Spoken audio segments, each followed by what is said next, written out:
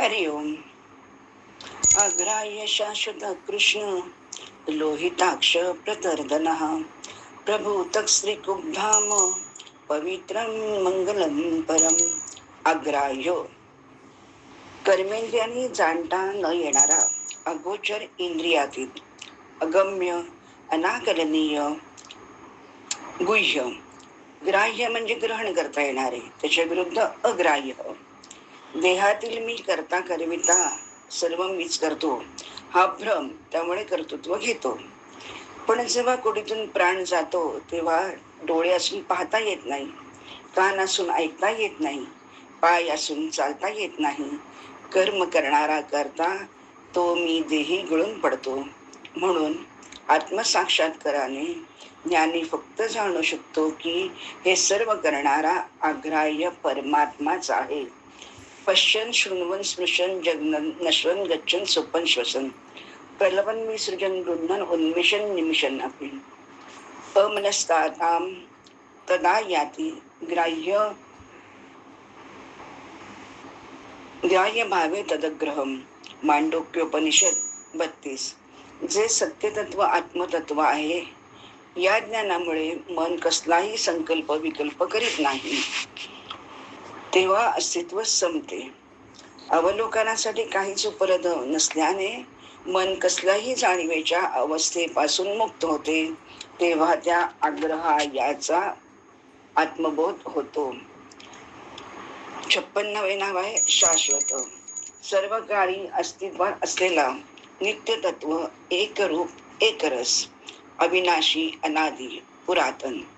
हा वाढत नाही, क्षीण होत नाही. अजो नित्य शाश्वतोयम पुराणो न हन्यते हन्यमाने शरीरे. गीता 2:20. क्षिप्रम भवती धर्मात्मा शाश्वत शांती निगच्छती.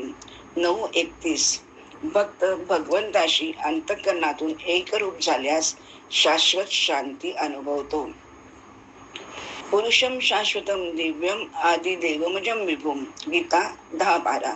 समर्थ रामदासांनी दासबोधात शाश्वत निरूपण नावाचा एक समास लिहिला आहे. असार म्हणजे नासिवंत, सार म्हणजे शाश्वत. जे विकारे वाढे मोडे तेथे शाश्वतता कैची. भीड माये ऐलीकडे परब्रह्म ते पहिलीकडे, पहिलीकडे ऐलीकडे सदोदित. असा श्री विष्णू शाश्वत आहे. 57 नाव आहे कृष्ण. सच्चिदानंद रूपाय विश्वोत्पत्त्यादि हेतवे तापत्रय विनाशाय श्रीकृष्णाय वयं नमः. जगाची उत्पत्ती, स्थिती, लय तसेच त्रिविध ताप नष्ट करणारे सच्चिदानंद श्रीकृष्णांची आम्ही स्तुती करतो. कृष्णस्य भगवान स्वयं वसुदेवसुतं देवं कौसचाणूरमर्दनं देवकी परमानंदम कृष्णं वंदे जगद्गुरुं. स्वयं भगवंत मुखातून निघालेली गीता कालातील आहे. अवजानन्ति मां मूढा मानुषं तनुमाश्रितम्. अज्ञानाने लोक मला साधारण मानव म्हणून उपास करतात, परंतु श्रीकृष्ण हे सर्व अवतारांचे उगमस्थान आहे. हे त्यांच्या विश्वरूप दर्शन, रासलीला अशा अनेक दिव्य लीला सांगतात. माझा जन्म व कर्म दिव्य आहे. रसमाधुरी, वेणुमाधुरी, प्रेम माधुरी, लीला माधुरी हे माधुरी चातुष्य म्हणजे कृष्ण. यदा यदा हि धर्मस्य परित्राणाय साधूनां संभवामी युगे युगे असे आश्वासन देणारे पूर्ण पुरुषोत्तम भगवान श्रीकृष्ण. त्याची व्युत्पत्ती कशी आहे तर कृष अधिक न अधिक अ. कृष म्हणजे आकर्षण, परम आनंद, न म्हणजे उत्तम भक्ती सेवा आणि अ म्हणजे देणारा, अनेको जन्मांचे पापक्षय करून मुक्ती देणारा असा तो कृष्ण. त्यक्त्वा देहं पुनर्जन्म नैति मामेति सोर्जुन. गीता 4:9. बाकी सर्व देवांच्या हातात आयुध आहेत, फक्त कृष्णाच्या हातात बासरी आहे. अधरम मधुरम वदनम मधुरम नयनम मधुरम हसितम मधुरम. ओम पूर्णमद पूर्णमिदं असा हा परिपूर्ण पुरुषोत्तम कृष्ण, आठवा तो आठवावा, मनी तो साठवावा, अंते पुनर्जन्म न यावा, असं मला आता सहज बोलता बोलता सुचलं. असा हा श्रीकृष्ण. हरिओम. 58वे नाव आहे लोहिताक्ष. लाल डोळे असलेला विष्णू, एक प्रकारचा साप, कोकिळा, काख, नितंब असे त्याचे अनेक अर्थ आहेत. लोह म्हणजे लोखंड, आयर्न धातू, रक्त. मानवी देहामध्ये धमन्यांमधून रक्ताभिसरण होत असते. रक्त कमी झाल्यास रोग उद्भवतात. निरोगी देहाचे व मनाचे लक्षण नखे व डोळे लालसर असतात. ज्याच्या डोळ्यात लालसर झाक दिसते ते डोळे निरागस दिसतात, जसे नुकतेच जन्मलेले बाळ. डोळा हा मनाचा आरसा आहे, म्हणून ज्याचे भाव शुद्ध पवित्र तो लोहिताक्ष. लोह तापवल्यानंतर त्यातील हिणकसपणा कमी होऊन लोह शुद्धी होते. तद्वतच आपल्या डोळ्यातून मनात निर्माण झालेल्या विषय वासना जाळून जाऊन सात्विक शुद्ध भाव जागृत होण्यासाठी निरागस लोहिताक्ष विष्णूंचे ध्यान करूया. 59. प्रतर्दन. प्रतर्दन म्हणजे प्र अधिक तर्द, अनादर, ताडण करणारा, प्रलयगाली, संहारक. काशी नरेश दिवोदासाच्या पुत्राचे नाव प्रतर्दन होते. हा इंद्र शिष्य होता. त्याने राज समृद्धी व स्थैर्य स्थापनेसाठी भारद्वाज ऋषींकरवी यज्ञ केला. परमात्म्याच्या स्फुरणातून विश्वनिर्मिती, पालन आणि संहार होतो. लय करताना सारी सृष्टी मायेसहित तो आपल्यात सामावून घेतो, असा सृष्टी क्रम आहे.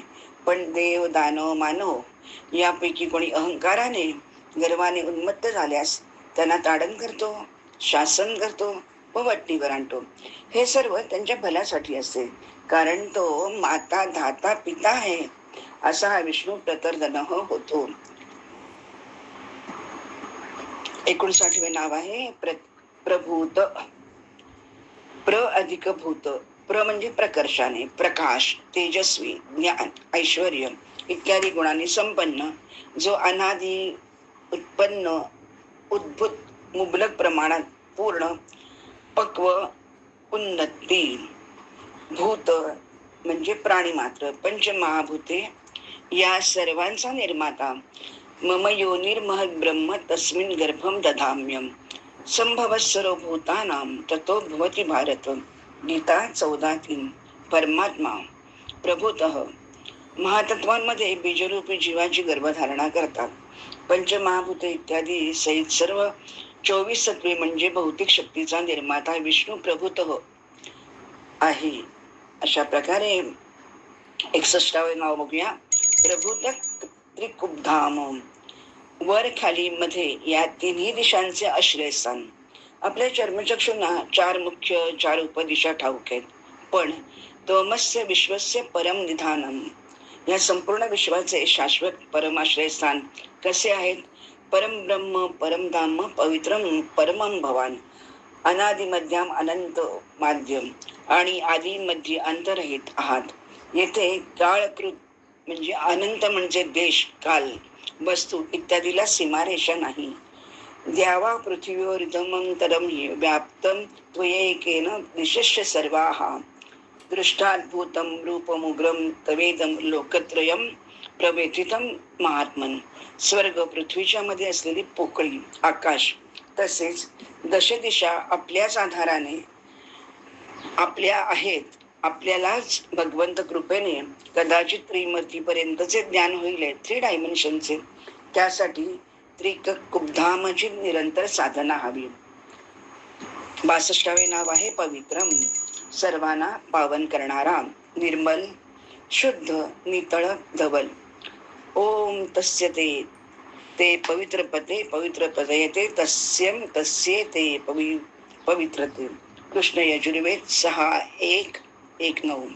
ओम अपवित्र पवित्रो वा सर्वावस्थां गतोऽपि वा यस्मरेत पुंडरीकाक्षम सबाह्यभ्यंतर शुचीही. पूजा करताना स्थान, पूजा साहित्य, तन मन शुद्धी करण्यासाठी पुंडरीकाक्षाचे स्मरण करावे, जेणेकरून आपण सर्वार्थाने विष्णू पूजन भक्तिपूर्वक केल्याने साधना पुष्ट होते, देहबुद्धी जाऊन आत्मबुद्धी शुद्ध होते, पवित्र मनात तेज प्रकाशते, असा पवित्र विष्णू. 63वे नाव आहे मंगलम परम. सर्व मंगल मांगल्ये सत्यम परम धीमहि मंगलम परम. हे स्वस्ती वाचन आहे.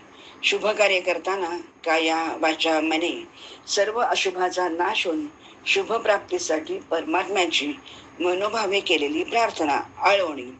आमच्याकडून मंगल आचरण घडो आणि आम्हाला परमात्म्याच्या भक्तीची गोडी लागो.